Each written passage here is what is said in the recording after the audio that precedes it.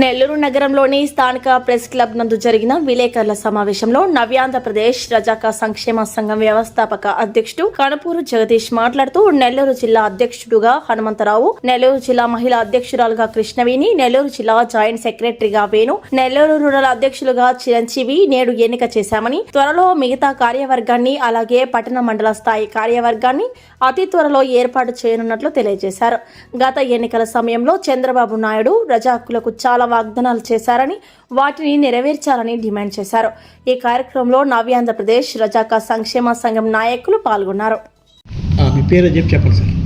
నమస్కారం, నా పేరు కణపూరు జగదీష్, నవ్యాంధ్రప్రదేశ్ రజక సంక్షేమ సంఘం రాష్ట్ర వ్యవస్థాపక అధ్యక్షుడిని. ఈ నెల్లూరు జిల్లాలో దాదాపు అనేక రజక సంఘాలు పుట్టుకొచ్చాయి. ఎక్కడ కూడా రజకులకి ఇబ్బందులు జరుగుతున్నా, దాడులు జరుగుతున్నా, సమస్యలు ఉన్నా కూడా ఎక్కడ ఏ సంఘం కూడా పనిచేయడం లేదు. గత 2-3 సంవత్సరాల నుంచి చూస్తే రజకులను పట్టించుకునే నాయకులు ఇక్కడ కరువైంది. దాదాపు 2020లో రిజిస్ట్రేషన్ చేయడం జరిగింది. ఇక్కడ ఉన్నటువంటి మా గురువు గారు పద్మజ గారు, అదేవిధంగా గుంటూరు జిల్లాలో ఉన్నటువంటి అంజబాబు గారితో కలిసి 2017 నుంచి 19 దాకా రాష్ట్ర రజక సంఘాల ఐక్యవేదికలో పనిచేశాను. అనంతరం 2020లో సొంతంగా నవ్యాంధ్రప్రదేశ్ రజక సంక్షేమ సంఘాన్ని స్థాపించాను.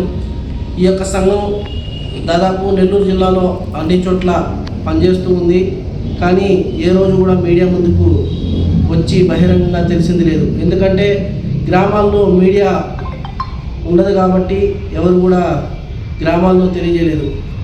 అందులో భాగంగా ఈరోజు జిల్లా వ్యాప్తంగా తెలియజేయాలని మీడియా ముఖంగా ఈరోజు నెల్లూరు ప్రెస్ క్లబ్లో మీడియా సమావేశం పెట్టడం జరిగింది.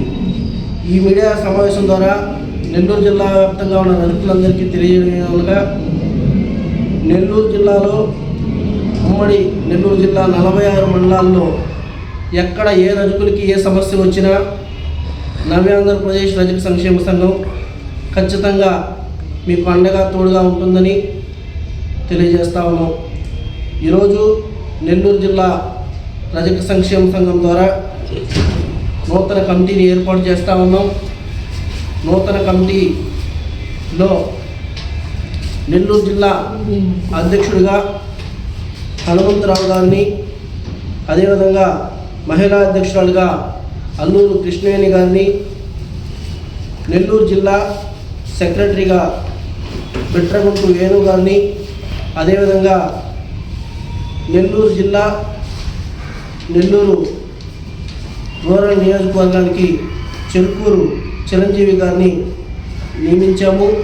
అదేవిధంగా మిగతా వాళ్ళందరినీ కూడా మండల, గ్రామ, నియోజకవర్గ స్థాయిలో, అదేవిధంగా జిల్లా స్థాయిలో అందరినీ త్వరలోనే ఈ యొక్క సంఘంలో జాయిన్ చేసుకుని అందరికీ అందుబాటులో ఉంటామని తెలియజేస్తా ఉన్నాం. ఈరోజు రజకులకి చంద్రబాబు నాయుడు గారు అధికారంలోకి వచ్చి 2 సంవత్సరాలు అయితే రజకులకి చాలా హామీలు ఇచ్చారు. ఏ ఒక్క హామీ కూడా అమలు చేయలేదు. అందులో భాగంగా బీసీ డిక్లరేషన్ అని చెప్పి టీడీపీ అండ్ జనసేన కలిసి ఇచ్చిన హామీలు ఇవి. చూడండి, మీడియా ముఖంగా మీరందరూ చూడండి.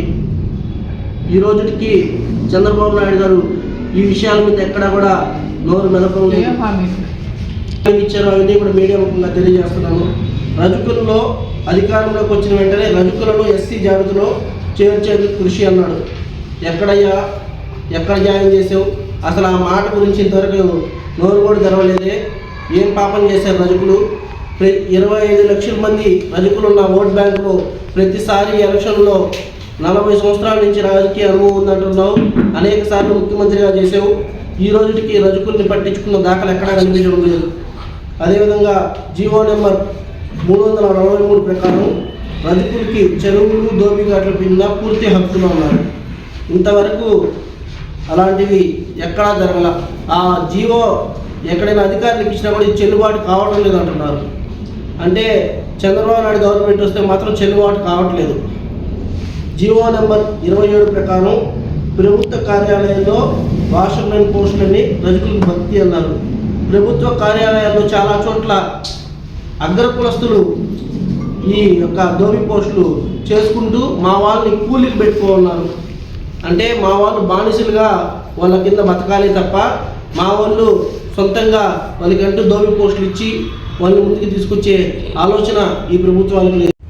మా రజకులకి చాలా అన్యాయం జరుగుతుందండి. ఇప్పుడు మా నాయకుడు చెప్పినట్టుగా అవన్నీ కంపల్సరీగా అలాగే జరుగుతున్నాయి.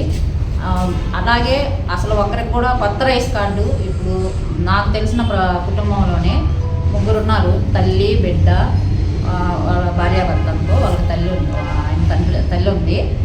ఆమెకి బాగలేదు, ఆమెకు ఒక్కదానికి పెన్షన్ వస్తుంది. భార్యాభర్తకి ఇద్దరికి హెల్త్ బాగలేదు.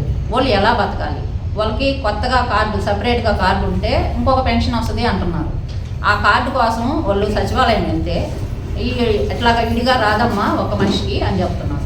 వాళ్ళ పరిస్థితి ఏంటి? వాళ్ళు ఏ పని చేసుకోలేరు. ఇప్పుడు మొన్న అలాగని ఇప్పుడు ఏదో వాళ్ళు హెల్త్ కొంచెం బాగున్నప్పుడు ఐరన్ చేసుకుంటున్నారు, ఇంటి దగ్గరే చేసుకుంటున్నారు, హౌస్లోనే చేసుకుంటున్నారు.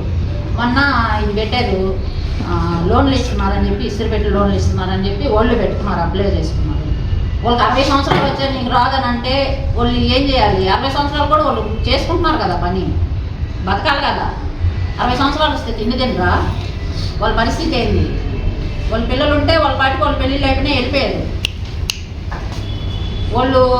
వాళ్ళు చేయాలంటే ఎలా? వాళ్ళకి ఏంది ఆధారం? వాళ్ళకంటూ ఇప్పుడు ఆయనకి 2 కిడ్నీలు పాడైపోయినాయి.